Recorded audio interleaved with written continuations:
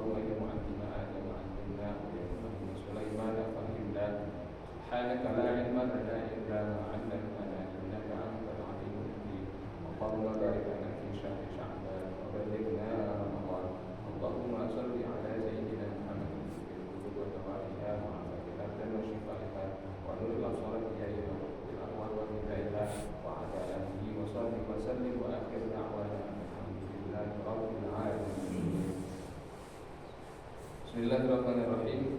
Kita lanjutkan. Sekarang kita masuk pada bab taubat.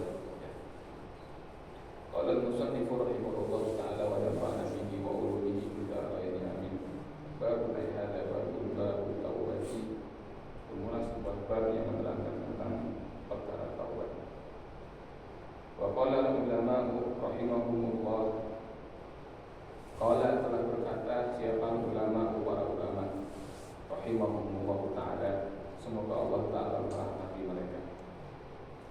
At-taubatu, adapun taubat itu wajibatun, hukumnya wajib, min kulli dzambin, dari seluruh dosa.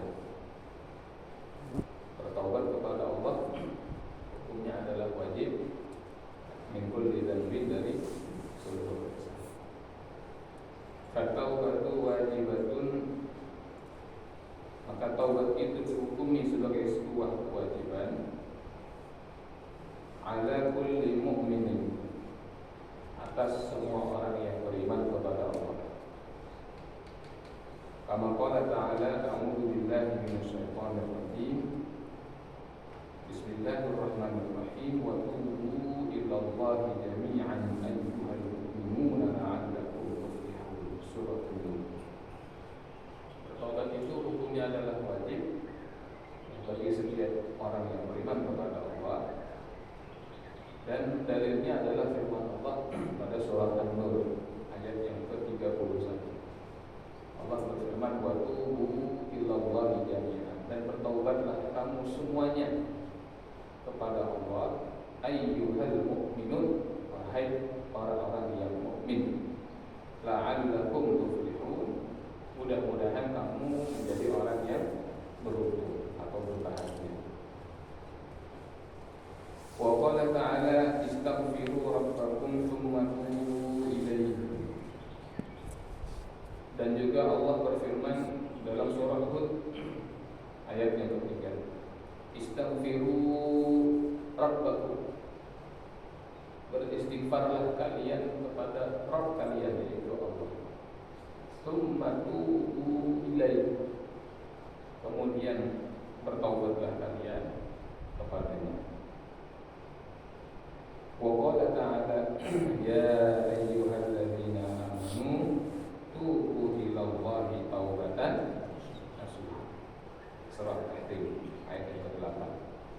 Dan Allah Subhanahu wa ta'ala juga berfirman, ya ayyuhalladzina amanu, wahai orang-orang yang beriman, tubu, bertaubatlah kalian, ilallah, kepada Allah, taubatan nasuha, dengan taubat nasuha. Jamaah yang dirahmati Allah Subhanahu wa ta'ala, ada 3 ayat yang dikutip oleh musannif kitab ini untuk mengarifkan tentang taubat. Taubat itu diambil dari kata taba, yaitu yang secara harfiah maknanya adalah kembali kepada Allah. Taubat itu secara harfiah kita berarti mengaku kembali kepada Allah, karena fitrah kita semua adalah baik. Setiap anak itu lahirnya fitrahnya baik. Tidak mungkin seorang anak itu dilahirkan langsung dalam keadaan membangkang. Anak yang tumbuh menjadi pribadi yang membangkang itu adalah akibat pengasuhan yang dia terima. Jadi pola asuh. Memang tabiat atau watak, kalau kita bicara akhlak, dalam kitab Ihya Ulumuddin Al-Imam Al-Ghazali rahimahullah ta'ala menyebutkan memang akhlak itu sebagai ibaratun an hay'atin rasihatin fin nafs, tasdudu anha al-af'al wal aqwal min ghairi tafakkurin wala lawiyah. Kalau nggak salah begitu dipakai Al-Ghazali dalam kitab Ihya. Akhlak itu kata beliau adalah ibarat rasihah istilah untuk menyebut hay'ah rasihah, sesuatu yang munculnya dari dalam diri seorang. Itu akhlak. Dan dari yang tertanam pada jiwa seseorang itulah kemudian tasdurul af'al, ya, muncul perbuatan-perbuatan min ghairi tafakkurin, tanpa dipikir-pikir perbuatannya, warawi, tanpa pertimbangan-pertimbangan, artinya spontanitas. Jadi akhlak itu adalah sesuatu yang tertanam di dalam jiwa kita, yang melahirkan perbuatan secara spontan, nggak pakai pikir-pikir dulu, nggak pakai rekayasa dulu gitu. Kalau dipikir-pikir dulu baru berbuat, itu namanya takhalluq, ya, belum jadi akhlak. Jadi kalau akhlak itu dia sudah otomatis. Misalnya seseorang begitu melihat ada tetangganya yang susah, dia tahu dia langsung bergerak bantu aja, otomatis. Jadi otomatis bergerak. Nah itu akhlak. Oh, sudah jadi akhlak. Beda sama yang dia diam dulu, pikir dulu, ini kalau saya nggak bantu apa kata orang gitu kan. Tetangga terdekat pakai kopi aja. Nah ini terus saya bantu aja. Nah itu belum jadi akhlak belum, karena belum ada aspek spontanitas. Nah jadi Al-Ghazali rahimahullah ta'ala di satu sisi mengakui bahwa akhlak itu merupakan sesuatu yang tertanam di dalam jiwa, ada unsur tabiat atau watak. Tetapi menariknya adalah metode pendidikan akhlak yang beliau sampaikan dalam kitab itu salah satunya adalah metode at-ta'wil atau pengulangan, pembiasaan. Dengan terbiasa maka akan menjadi sebuah kebiasaan. Nah, dia mencontohkan kalau ada orang yang ingin menjadi pribadi yang dermawan, maka bagaimana pembiasaannya? Biasain sedekah. Walaupun mungkin awal-awal berat, ya, karena mujahadah dan melawan hawa nafsu. Tapi setelah dia terbiasa dengan bersedekah, nah, maka itu akan menjadi sebuah kebiasaan. Nah, maka dari itu saya katakan tadi di awal, sejatinya manusia itu sesungguhnya terlahir dalam keadaan baik, ya kan? Seperti kertas yang polos. Jika ada seseorang yang tumbuh menjadi pribadi yang membangkang, memang ada unsur fitrahnya. Tabiatnya memang keras kepala, wataknya keras kepala, memang ada. Tetapi yang lebih besar justru sebetulnya adalah akibat dari pola asuh, ya kan? Lingkungan. Manusia ini rusak ketika ada bersentuhan dengan lingkungan, dalam tanda kutip dengan sesama manusia. Keluar dari fitrahnya itu dia, tercemari dengan banyak kekotoran. Maka bertaubat artinya adalah kembali kepada titik semula, kembali ke titik netral, kembali kepada titik nol, kembali kepada titik mulai. Dia kembali kepada Allah Subhanahu wa Ta'ala, bertaubat. Dan ini dihukumi wajib oleh para ulama berdasarkan firman Allah Subhanahu wa Ta'ala yang tadi, ya. Nah, bertobat ini dihukumi wajib bagi semua mukmin atas seluruh dosa. Tapi menariknya para ulama mengatakan jika ada seorang yang bertaubat kepada Allah dari sebagian dosa, maka taubatnya sah untuk dosa itu. Adapun yang tersisanya masih tidak berdosa sampai dia bertaubat kepada Allah dari seluruh dosa-dosanya. Fa'in kanatil maksiyatu bainal 'abdi wa bainallahi ta'ala la tata'allaqu bihaqqi adamiyyin falaha salasatu syurutin. Jika dosanya itu terkait antara dia dengan Allah, maka ada 3 syarat. Yang pertama adalah ayyubrika 'anil maksiyah, berhenti dari maksiatnya. Dosanya dengan Allah, maka syarat pertama adalah dia berhenti dari maksiat. Wasani ayyadama 'ala fi'liha, dia menyesal, ada penyesalan karena sudah berdosa kepada. Wasalis ayyazima alla ya'uda ilaiha abada. Dan yang ketiga adalah dia bertekad bersungguh-sungguh untuk tidak akan kembali kepada dosa tersebut. Kalau Nabi menyebutkan kama yakrah ayyudafatina, seperti apa? Seperti dia itu tidak suka kalau dia itu dilemparkan ke api neraka. Tentu kalau kita ini mau dilempar, ada orang mau dorong kita masuk ke lautan api, kita akan bertahan mati-matian, enggak mau.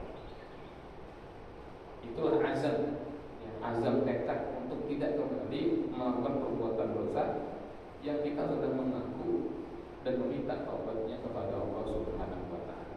Ini kalau dosa yang terkait dengan Allah. Fa in fuqida ahadu salasati lam tasihha taubatuhu. Kalau salah satu di antara ketiga syarat tadi hilang, maka taubatnya tidak sah.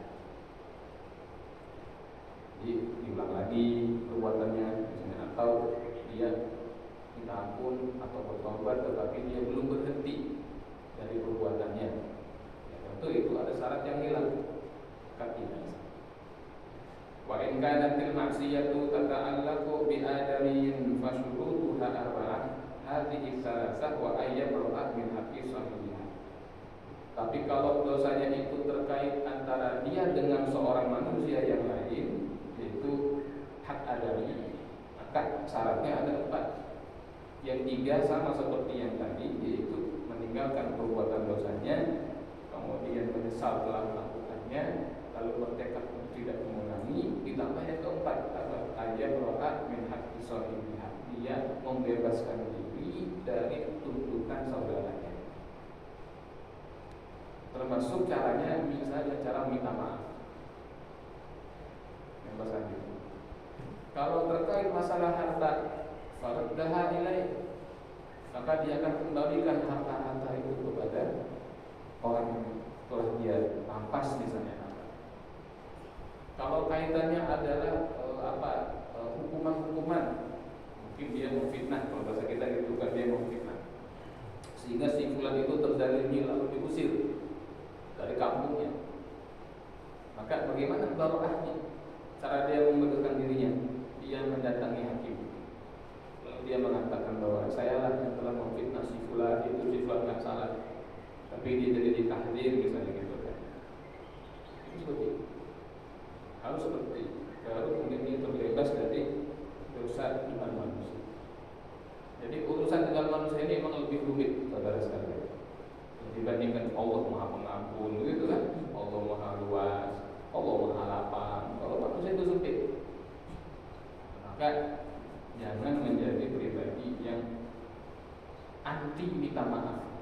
Ya, ada orang yang kayaknya minta maaf itu hina sekali buat dia. Ya tahu gitu. Kalau disuruh minta maaf tuh udah kayak disuruh makan apa? Makan kotoran gitu kan, kayaknya nggak mau banget gitu. Ini orang biasa keras, selalu merasa benar, tidak pernah mau minta maaf. Tapi orang lain harus minta maaf. Ini orang yang sangat-sangat buruk, ya, sangat-sangat buruk, hatinya terlalu keras. Nauzubillah, subhanallah, dari itulah kenapa dalam agama kita dianjurkan untuk saling banyak-banyak minta maaf dan memaafkan.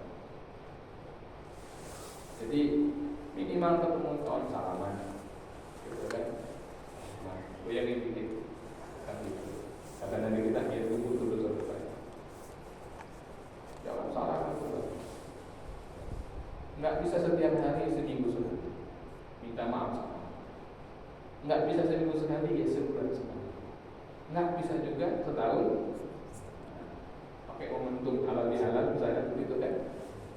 Itu luar biasa itu, ya saling minta maaf dan saling memaafkan. Lebih berat mana?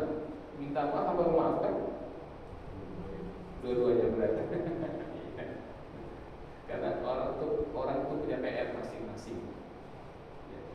Ada orang yang berat, kalau saya memaafkan orang gampang katanya, saya nggak gampang tersinggung. Ada orang salah saya maafin gampang, tapi kalau minta maaf, wah nanti dulu. Jadi ada kayak gitu.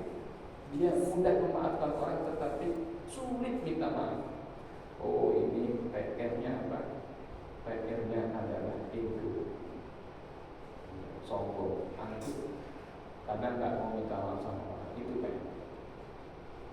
Ada yang sebaliknya, minta maaf gampang, ngomong sembarangan gampang, tapi gampang juga minta maafnya gitu kan. Tapi maafkan orang susah. Kalau dia minta maaf gampang, kalau ada salah maaf ya gampang. Tapi kalau ada orang salah sama dia, wah selesai udah, nggak akan dia maafin, ya kan? Sekali dia maafin keluar tuh kalimatnya, ya kan, forgiven but not forgotten. Ya, iya, saya maafin tapi karena saya lupakan kan gitu. Oh, berarti orang yang sulit memaafkan PR-nya di mana? Dendam. Dia adalah pribadi yang pendendam. Ini mau angkuh, mau pendendam itu sama-sama sifatnya iblis. Yang bagus itu yang mana? Yang mudah minta maaf dan mudah memaafkan orang. Seperti firman Allah, wal 'afina 'anil nas.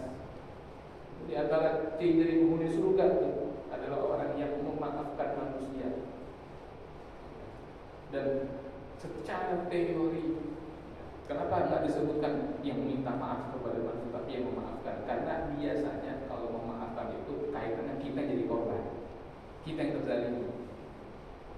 Ada orang mengatakan, minta maaf sih gampang, orang dia yang nyakitin orang, dia pelakunya minta maaf gampang, tapi yang kita jadi korban. Udah kamu korban gara-gara dia dipecat dari pekerjaan, gara-gara dia pindah dari pekerjaan, terpaksa berantakan rumah tangganya, istrinya kabur, anaknya jadi putus sekolah ini itu, tahu-tahu sekarang minta maaf, kan gitu. Jadi secara teori memaafkan memang jauh lebih sulit secara teori, karena kaitannya kita yang dalam posisi bizalim. Tapi kalau kita bisa seperti itu, memaafkan orang itu masya. Ada seseorang sahabat yang dikatakan Nabi sebagai penghuni surga. Dia adalah penghuni surga yang saat ini masih berjalan di dunia. Kalau ada yang menghalangi dia dari masuk surga sekarang, cuma satu aja. Apa itu? Dia masih hidup. Kan gitu kan? Al-maut. Kalau dia udah mati, masuklah gitu kan. Bahasa kasar itu.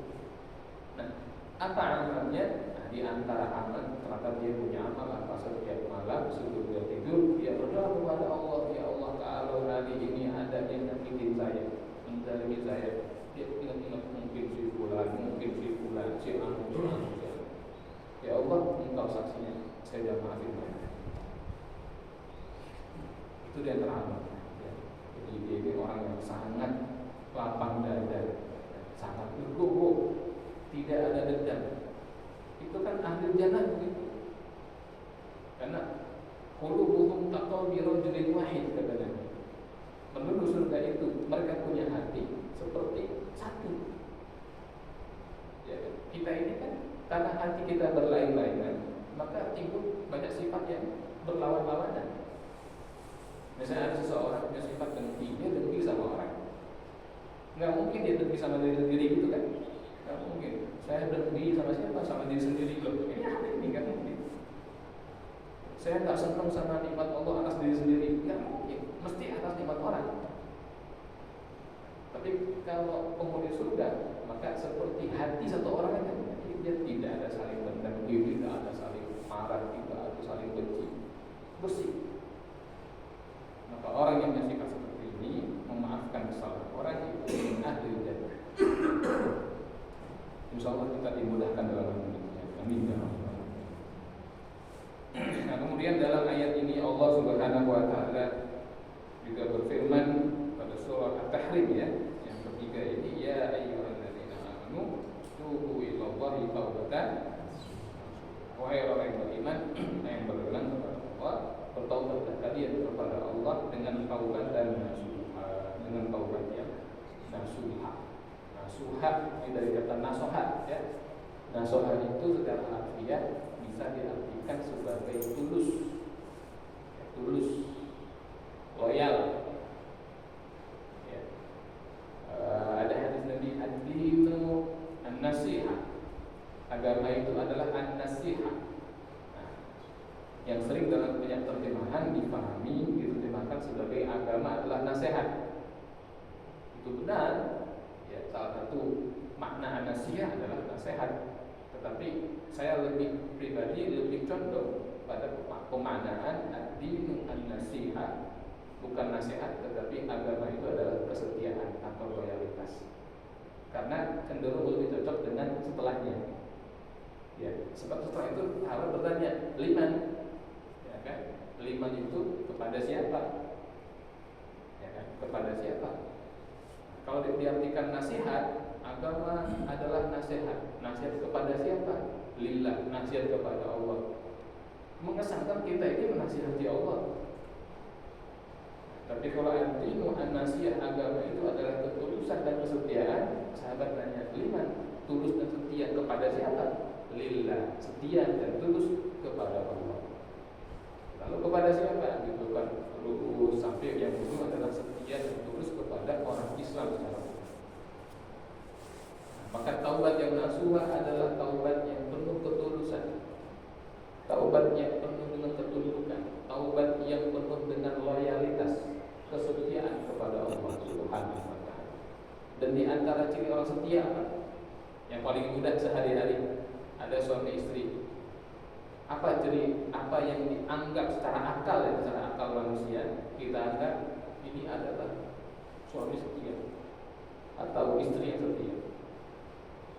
Ciri paling umum adalah apabila mereka sedang diuji dengan kesulitan, terutama yang menimpa salah satu, maka yang lain ini tidak tergiur untuk meninggalkan. Nggak tergiur untuk meninggal. Itu dianggap secara akal ya, sebagai salah satu bukti kesetiaan. Artinya apa? Kesanggupan untuk konsisten dan bertahan meskipun diterpa dengan godaan-godaan. Misalnya suaminya sedang tertimpa masalah ekonomi, istrinya bertahan, istrinya bekerja misalnya. Lalu ada kawan kantornya atau atasannya yang tahu kalau suaminya itu sedang dalam keadaan sulit, mencoba menggoda si istri ini. Oh enggak, itu laki kamu tuh tinggalin aja. Ngapain kamu sama dia? Nggak kerja kan gitu-gitu. Tapi istrinya bertahan. Karena istrinya ingat bahwa dulu yang membantu dia kerja itu adalah suaminya, ya kan? Dan lain-lain dan lain berarti setia kan gitu. Ada godaan setia. Begitu pula sebaliknya. Ya, begitu pula sebaliknya. Jadi kesetiaan itu diuji manakala mereka berhadapan dengan kesulitan atau godaan-godaan. Nah, sekarang kita tarik makna itu kepada taubat. Taubat dan nasuha adalah seorang yang bertobat kepada Allah Subhanahu wa taala dengan tulus dan setia. Karena taubat artinya kembali kepada Allah. Ketika datang godaan-godaan, dalam tanda kutip bujukan atau yang lain, kesempatan bagi dia untuk kembali mengulang perbuatan dosa itu, untuk kembali lari dari Allah, untuk kembali menjauh dari Allah, tapi dia konsisten bertahan di situ. Enggak, saya nggak mau lagi pergi dari Allah. Saya nggak mau lagi menjauh dari Allah. Saya di sini. Mau ada godaan, bujukan, iming-iming, tawaran dunia yang menggiurkan, kesempatan, ya kan? Tapi dia setia di sini. Enggak, saya tetap di sini. Ah, ini nih. Ya, sebuah konsistensi keimanan dan istiqomah batin yang luar biasa. Sudah sangat sekali. Sangat sekali. Rata-rata kita ini baru sampai pada tataran tomat. Ya, apa tomat? Tobat terus kumat gitu kan. Tobat maksiat. Itulah, tapi ya syukur kalau bisa ada tobat-tobat. Yang repot kalau udah nggak ada tobatnya sama sekali. Alhamdulillah, alhamdulillah. Nah, ini mukadimah dari babul taubat. Baik, sampai di sini sebelum kita baca hadis-hadisnya yang terlampir, kalau ada yang mau Bapak atau Ibu tanyakan atau tambahkan, silakan. Ini Pak, misalnya saya punya anak tahun ini, saya sakit hati ke dia karena perbuatannya dia itu Pak. Dia sadar juga ya. Kalau tadi kita minta maaf kan sangat sangat hina, kira-kira begitu ya. Ternyata dia juga memaafkan saya, tapi dengan flash muka itu dia nggak ikhlas. Itu gimana cara itu Pak? Hukumnya untuk saya ya. Pertanyaannya, jadi seseorang yang mempraktekkan apakah minta maafnya ataukah memaafkannya, ya kan? Tetapi terlihat dari mimik wajahnya itu kayaknya masih nggak ikhlas gitu kan? Ini kita tarik aja Ya udah saya minta maaf. Gitu kan gitu. Ini bukannya masih begini. Atau memaafkan. Ya udah saya maafin, tapi masih mukanya masih. Nah ini bagaimana ini kaitannya tentang dosa-dosa kita ini? Ya kan? Para ulama membedakan antara orang yang ikhlas meminta maaf dengan orang yang ikhlas memaafkan. Kaitannya pada diri kita pribadi nih, diri kita. Misal saya ambil contoh si A. Si A ini minta maaf, tetapi tidak ikhlas. Ya, dia minta maaf tapi tidak ikhlas. Walaupun mungkin wajahnya ramah atau wajahnya penuh penyesalan, tapi batinnya dia nggak ikhlas. Males banget dia minta maaf sama orang miskin gitu kan misalnya. Tapi kalau saya nggak minta maaf, saya dicemooh orang. Saya nggak begitu ya. Tapi dia minta maaf, cuma nggak ikhlas.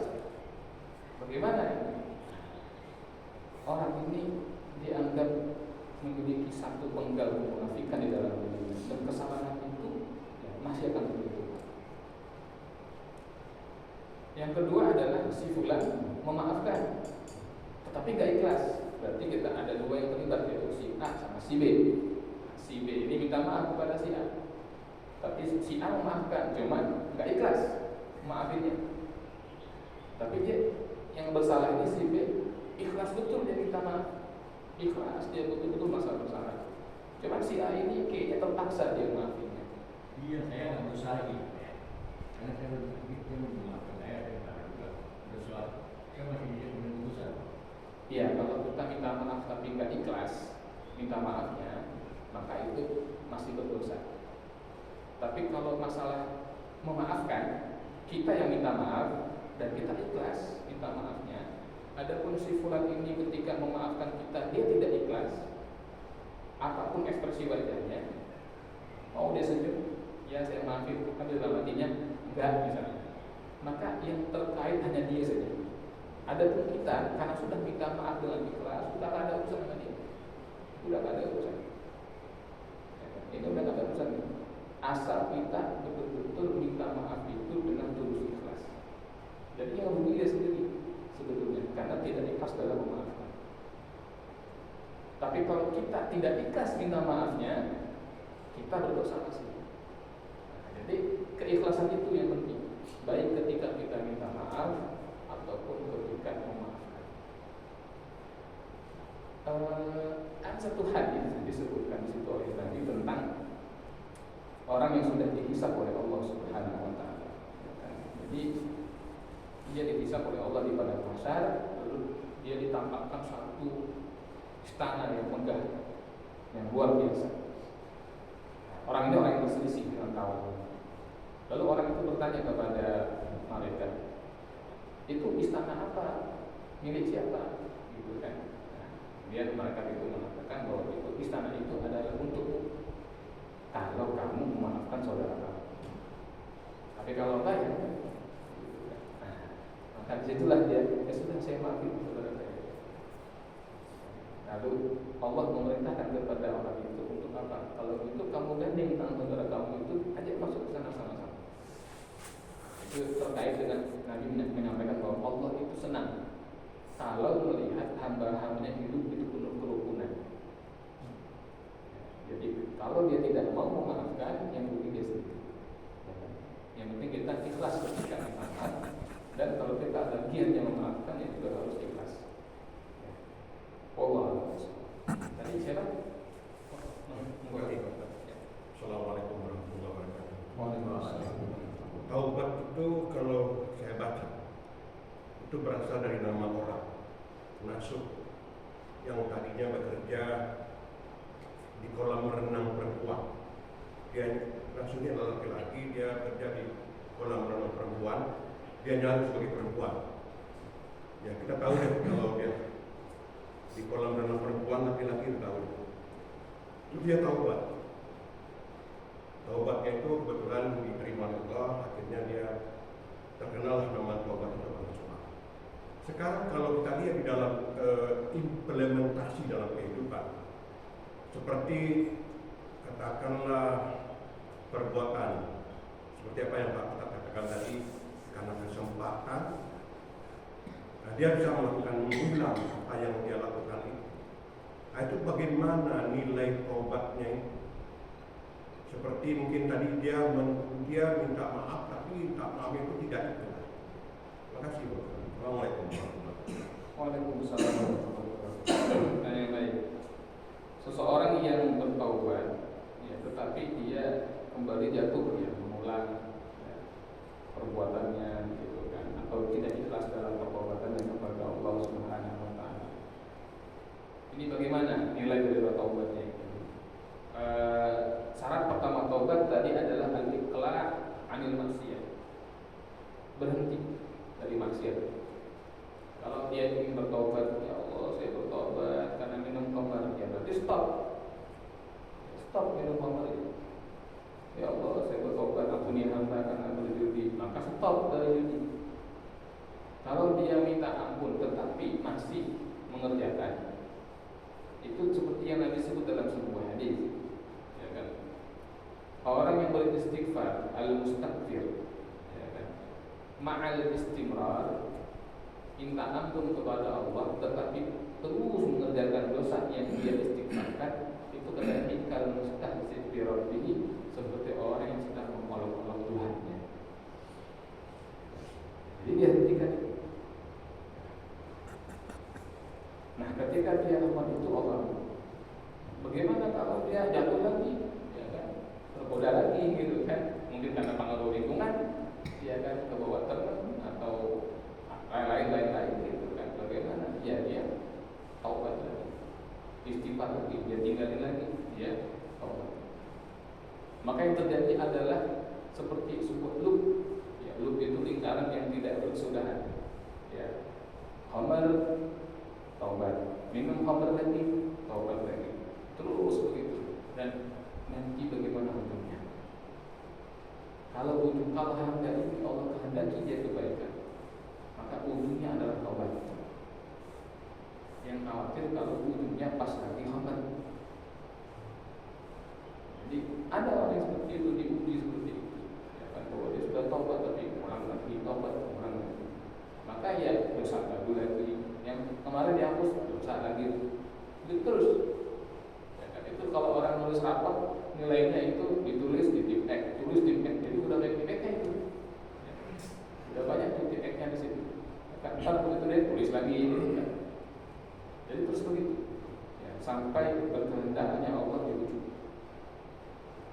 Berarti hal seperti ini tinggi risiko, ya, karena man syaba ala syai'in istaba, man istaba ala syai'in syaba, wa man syaba ala syai'in mata. Siapa yang membiasakan sesuatu, maka dia akan terbiasa, dan orang cenderung mati sesuai dengan kebiasaan. Itu yang kita lakukan. Kalau gitu taubatnya di ujung aja Ustaz rapel, jangan. Ya kan? Yang afdal, yang utama adalah apa? Taubat yang banyak, taubat yang sering, taubat yang hari. Ya. Bertaubat setiap itu yang paling utama, karena kita khawatir tidak ada kesempatan. Ingat, pintu taubat tertutup itu kapan? Ada dua, ya kan? Ada tertutup yang kubro, ada tertutup yang sugro. Nah, tertutup yang kubro adalah ketika matahari terbit dari barat. Kalau sudah terbit dari barat matahari, yang mau bertobat sudah tidak ada manfaat, yang mau beriman sudah tidak ada manfaat, tertutup. Nah, yang sugro-nya kapan? Ketika nyawa kita sudah sampai di kerongkongan, baru dia bertobat seperti Firaun. Baru sampai di sini baru mengatakan aku beriman, sudah tidak ada manfaat. Jadi sebelum datang kedua ini, pintu taubat masih terbuka, maka diperintahkan untuk banyak-banyak bertobat kepada Allah. Yang terakhir terkait pertanyaan tadi, salah satu asmanya Allah Subhanahu Wa Taala yang dikaitkan dengan perkara taubat itu adalah At-Tawwab, ya, Tawwab, Sang Maha Penerima Taubat. Kata Tawwab, tulisannya ta, wawu ada tasdidnya, lalu alif lalu ba, tawwab. Secara harfiah memiliki makna apa? Yang bolak-balik menerima taubat. Artinya Allah itu ada si fulan nih dosa, taubat sama Allah, Allah terima. Dosa lagi dia, taubat lagi, Allah terima. Entah dosa-dosa lain atau dosa yang sama. Mau bolak-balik dia taubat kepada Allah, taubat dosa, taubat dosa, taubat dosa, Allah tetap terima taubat. Taubat. Jadi terus banyak diterima, banyak dia taubat tetap diterima, bolak-balik dia tetap diterima. Ini menunjukkan betapa pemurahnya Allah. Kalau kita kan enggak, ya kan? Kita ada anak buah salah kita maafin, salah kita maafin 2 kali, 3 kali. Begitu 5 kali udah agak kesel kita ngerti. Ya kan? Kamu ini pada perubahan nanti dikasih hati, minta jantung ambulan misalnya. Jadi udah mulai ngomong-ngomong nyap-nyap dia. Kalau Allah terima. Tapi ngerinya, talbisnya ada tipuan iblis di sini. Ketika orang ini jadi meremehkan Allah. Allah Allah maha menerima taubat ini. Nah ini yang jadi bahaya ini. Ketika dia meremehkan Allah Subhanahu wa taala, datang aja. Nah, jadi yang aman bagaimana? Bertobat setiap hari, beristighfar kepada Allah setiap hari. Allah sekali lagi. Ada lagi? Ustaz. Ada? Ya. Assalamualaikum warahmatullahi wabarakatuh. Waalaikumsalam. Masalah memaafkan, kita dianjurkan harus mudah minta maaf dan memaafkan. Dalam satu hal ada perkara kita nggak pernah berbuat salah atau dalam masalah apapun, tapi kita akan dianjurkan untuk minta maaf. Itu bagaimana akibatnya seandainya kalau kita minta maaf, orang malah semena-mena sama kita seolah kita yang bersalah gitu. Jadi kita dituduhkan bersalah, padahal kita cuma dianjurkan untuk minta maaf duluan. Itu aja Ustaz. Assalamualaikum warahmatullahi wabarakatuh. Waalaikumsalam warahmatullahi wabarakatuh. Ini pertanyaan yang baik. Jadi kita dianjurkan untuk banyak minta maaf meskipun kita tidak berbuat dosa. Betul? Karena kata Imam Ghazali, jangan sampai ada orang yang sadar berbuat dosa, ada perbuatan dosa yang kita nggak sadar. Karena kan begitu, kita ini kan subjektif ya. Kalau kata orang tua dulu apa? Semut di seberang lautan kelihatan, tapi gajah di lubuk mata kagak lihat udah gitu kan, iya, nggak terlihat. Jadi kalau kesalahan orang kita bisa aja menemukannya, tapi kalau kekurangan diri sendiri kita cenderung subjektif, merasa saya nggak salah, saya nggak pernah salah, cenderung begitu. Nah, menghindari hal seperti itu kata beliau, ya sudah minta maaf aja. Takutnya ada kita ucap biasa, tapi orang lagi nggak enak suasana hatinya. Tersinggung, kita nggak sengaja menyinggung, takutnya maka minta maaf. Nah, tapi tadi dikatakan gara-gara kita minta maaf, lalu orang yang terkait menjadi semena-mena, bahkan menuduh kita sebagai orang yang paling bersalah dan waduh ini repot ini, ya, repot. Ya, jadi kita tidak salah, tetapi karena kita yang minta maaf, maka menjadi sosok yang dipersalahkan. Ya, ini bagaimana?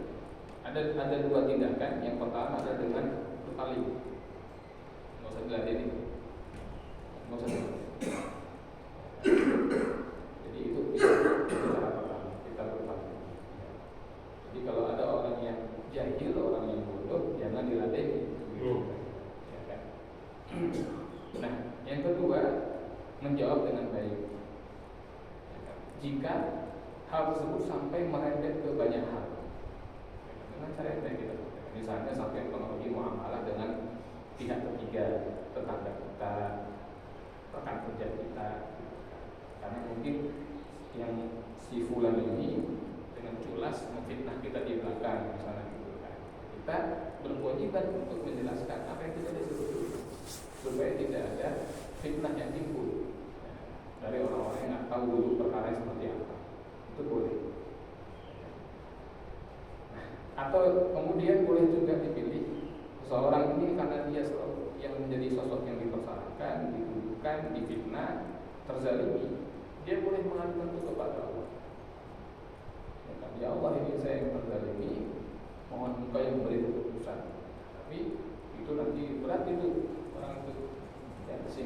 fitnah tadi. Karena kalau sudah orang yang terzalimi menyerahkan urusannya kepada Allah, itu biasanya berat. Dalam tanda kutip Allah campur tangan, itu berat biasanya. Biasanya ada aja alhamdulillah. Itu ujian. Pada titik tertentu orang-orang yang demikian itu tidak layak untuk dijadikan sahabat. Ya. Jadi tidak ada manfaat untuk bersahabat, untuk bergaul, untuk duduk sama orang-orang yang punya sifat demikian.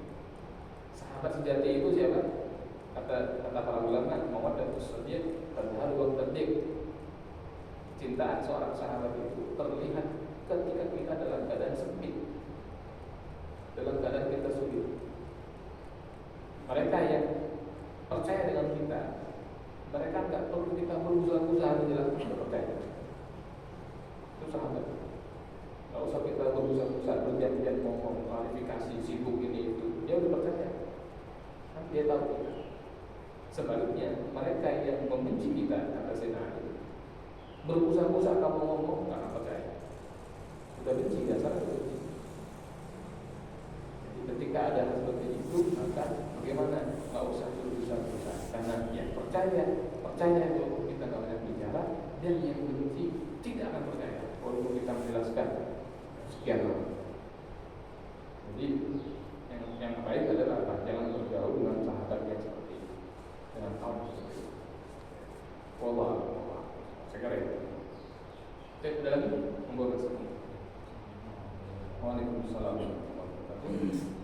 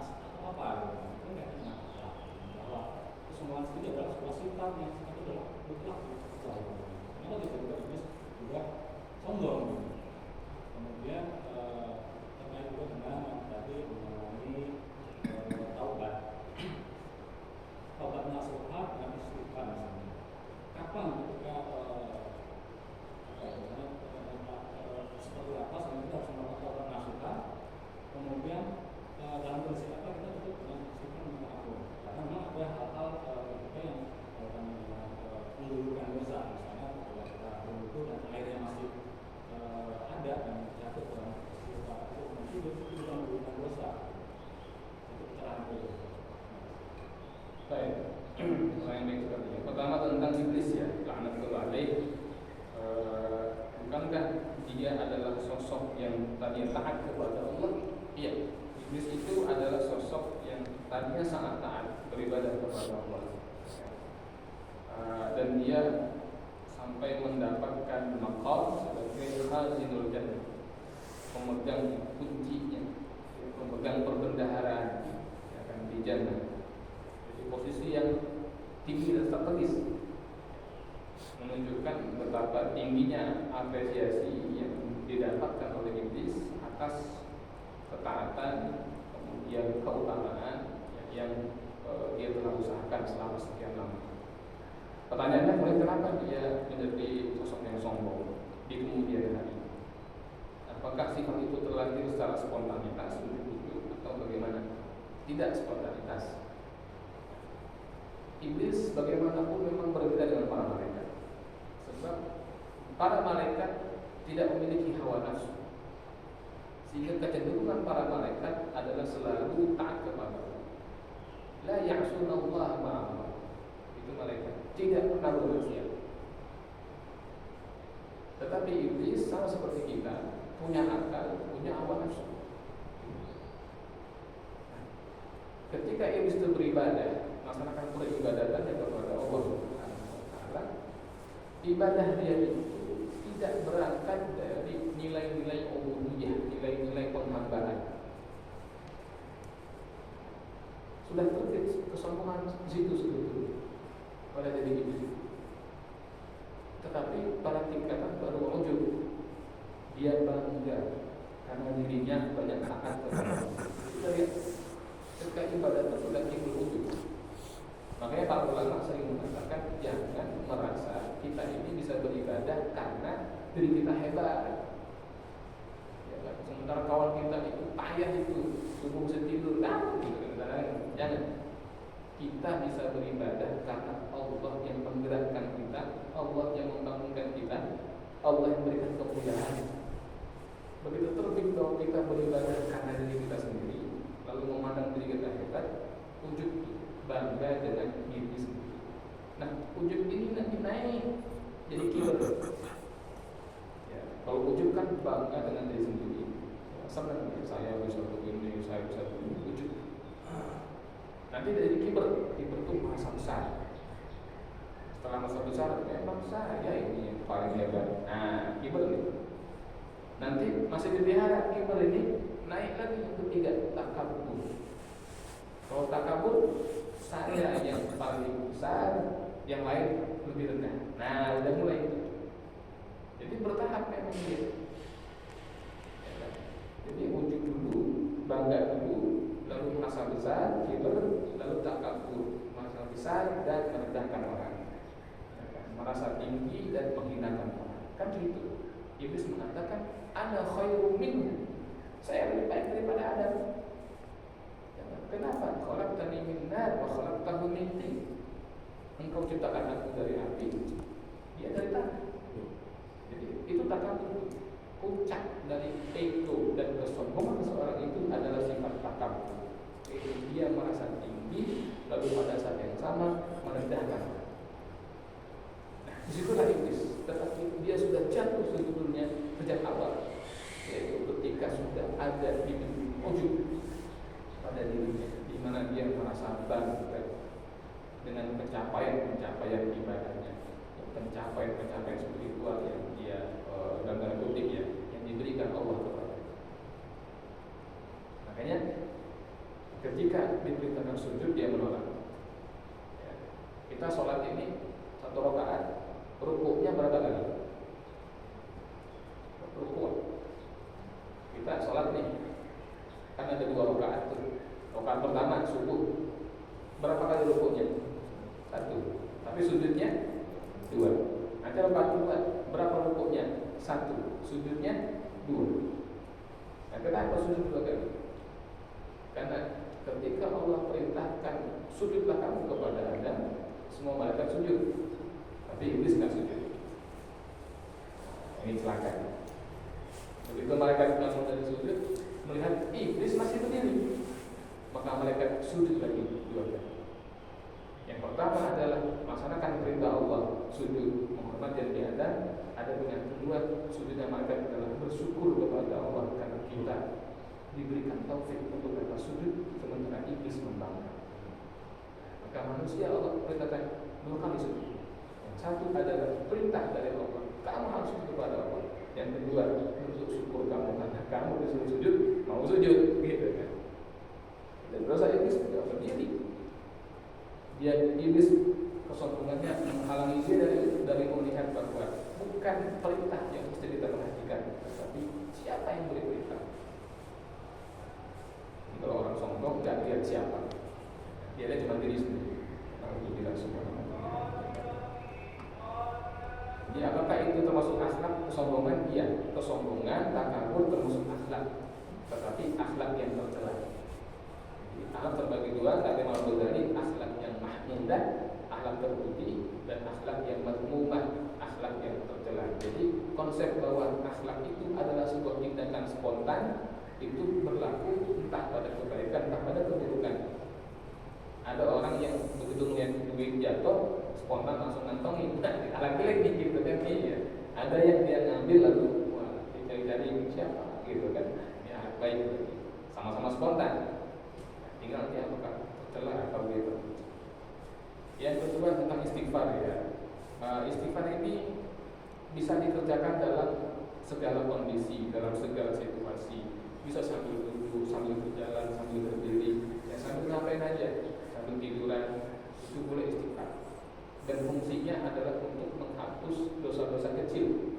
Jadi istighfar yang mutlak tadi itu, yang sambil-sambil itu adalah penggugur dari as-sayyi'at, dosa-dosa kecil. Begitu pula dengan wudu misalnya, ya kan? Jadi perbuatan yang soleh, wudu, sholat Jumat, puasa Ramadan, ya, umrah, itu menggugurkan dosa-dosa kecil. Ya, seperti hadis Nabi, al-umratu ila al-umrati kafaratun lima bainahunna, kayak gitulah. Ya kan? Tetapi semuanya itu ada syarat. Ma wujudtu nibatil kabair, jika dosa besarnya ditinggalkan atau dihindari. Nah, jadi kata para ulama, pengguguran dosa-dosa kita dengan wasilah amal seperti istighfar, membaca Al-Quran, wudu, sholat, dan lain-lain, itu berlaku untuk dosa-dosa kecil. Adapun dosa besar itu harus taubat, harus betul-betul menghadirkan dirinya. Jadi yang syarat-syarat tadi itu masya Allah, itu harus dikerjakan untuk dosa-dosa yang besar. Ada berapa dosa besar? Kita bisa merujuk kepada satu kitab, yaitu kitab Al-Kabair, tulisan Imam Al-Zahabi rahimahullah ta'ala. Itu ada tulis sedikit, ada pembahasan tentang dosa-dosa besar, termasuk meninggalkan sholat. Itu dosa besar. Ya, taubatnya bagaimana Ustaz? Ya kodok, kan gitu. Karena hutang, kan durhaka sama orang tua, itu dosa besar. Ya, makan harta anak yatim. Jadi dosa-dosa yang walaupun kita baca Quran, kita banyak puasa sunnah, itu nggak kehapus tuh. Sebelum kita menyatakan kepada Allah, ya Allah, saya minta ampun kepada Engkau atas dosa saya yang dulu saya pernah begini, saya pernah begitu. Harus ada pernyataan itu kepada Allah. Ada momen ambil wudu, sholat 2 rakaat, sholat taubat. Habis itu duduk tahiyat akhir, jangan berpindah posisi. Setelah salam masih begini, istighfar di situ 100 kali. Ya kan? Ditambah dengan sayyidul istighfar, ya kan? 11 kali. Habis itu membaca la ilaha illa anta subhanaka inni kuntu minadh dhalimin 7 kali. Lalu sholawat 100 kali. Lalu minta sebut apa dosanya. Ya Allah, saya minta kepada Engkau, saya bertobat kepada Engkau atas dosa saya, absen dulu. Ini. Itu Allah untuk dosa-dosa besar. Wallah, sekarang itu. Baik. Ada lagi? Satu lagi. Jadi taubat tadi istighfar itu kita minta ampun. Itu tidak berdasarkan tempat atau kapan saja di mana saja. Ya, Kecuali diri sendiri ya. betul. Dan lagi yang kedua, kalau taubat itu nanti dia juga minta ampun. Itu apakah memerlukan waktu dan tempat? Waalaikumsalam. Memang yang baik adalah memilih waktu-waktu yang baik dan tempat-tempat yang baik untuk membedakan antara istighfar yang menjadi sebuah rutinitas dengan istighfar sebagai pertobatan kepada Allah Subhanahu wa ta'ala. Kita harus usaha-usaha gitu kan, milih waktu yang baik dan tempat-tempat yang baik, berpakaian yang baik, beradab yang baik, pilih waktu yang baik. Bisa siang, bisa malam, ya kan? Tapi pilih waktu yang baik dan tempat yang baik. Misalnya kalau dia itu bicara soal tempat, ya tempat yang suci, ya, masjid atau di rumah, tapi tempat yang baik, yang bersih, rapi, kayak gitu itu lebih utama. Dan kalau Allah sampaikan kita kepada tempat-tempat yang mulia seperti Mekah dan Madinah, diulang lagi situ bertobat kepada Allah. Ya, dengan harapan di tempat-tempat yang mulia itu lebih terdorong lagi ya, pengampunan Allah Subhanahu wa ta'ala untuk kita semua. Jadi mohon dibedakan antara istighfar sebagai sebuah rutinitas yang kaitannya adalah dosa-dosa kecil dan gugur, dengan istighfar sebagai bentuk minta ampun kepada Allah untuk dosa-dosa besar yang barangkali dulu pernah kita lakukan. Sampaikan kepada Allah apa yang kita lakukan, kita minta ampun kepada Allah di sana. Nah, kemudian yang terakhir terkait dengan perkara taubat ini, ada satu hal yang bukan rukun, tetapi ini sering dikerjakan oleh para sahabat ya. itu mereka terbiasa setelah bertobat kepada Allah dalam tanda kutip, ya, mereka itu melakukan penebusan dengan sedekah, penebusan kafarat, bayar. kafarat dengan sedekah, dengan sedekah. Jadi ada yang dalam rangka taubat kepada Allah, dia berdekain budak, gitu kan? Taubat kepada Allah, dia wakafin kebun kurmanya, kayak gitu itu banyak usaha kayak gitu. Jadi setelah menyesali itu, maka dia sedekahkan sebagai harta kepada orang miskin, ya kan, kepada umat dan lain-lain. Itu banyak yang kayak gitu sebagai bentuk penebusan diri, ya kan, kafarat. Ada seorang laki-laki itu lewat di depan Nabi pakai cincin dari emas. Nah, sama Nabi langsung diambil cincinnya, terus dilempar, dibuang ke Nabi. Nah, Nabi komentar, orang yang pakai cincin ini, laki-laki pakai cincin emas itu dia memakai bara api neraka. Nabi pergi. Setelah Nabi pergi, ada orang lain yang sama laki-laki yang pakai cincin tadi berkomentar, itu cincin kamu ambil, intafi'abihi, manfaatkan. Kan yang nggak boleh dipakai, ya, kasih aja bini lah gitu kan, ya, bahasa kasarnya gitu kan, itu emas itu. Sama Nabi dilempar karena kamu pakai, kamu nggak boleh pakai. Tapi manfaatin aja, dijual kek, apa kek gitu kan. Apa kata pria ini? Enggak, saya nggak mau. Ya, saya tidak akan mengambil apa yang sudah dibuang oleh Rasulullah SAW. Gitu kan.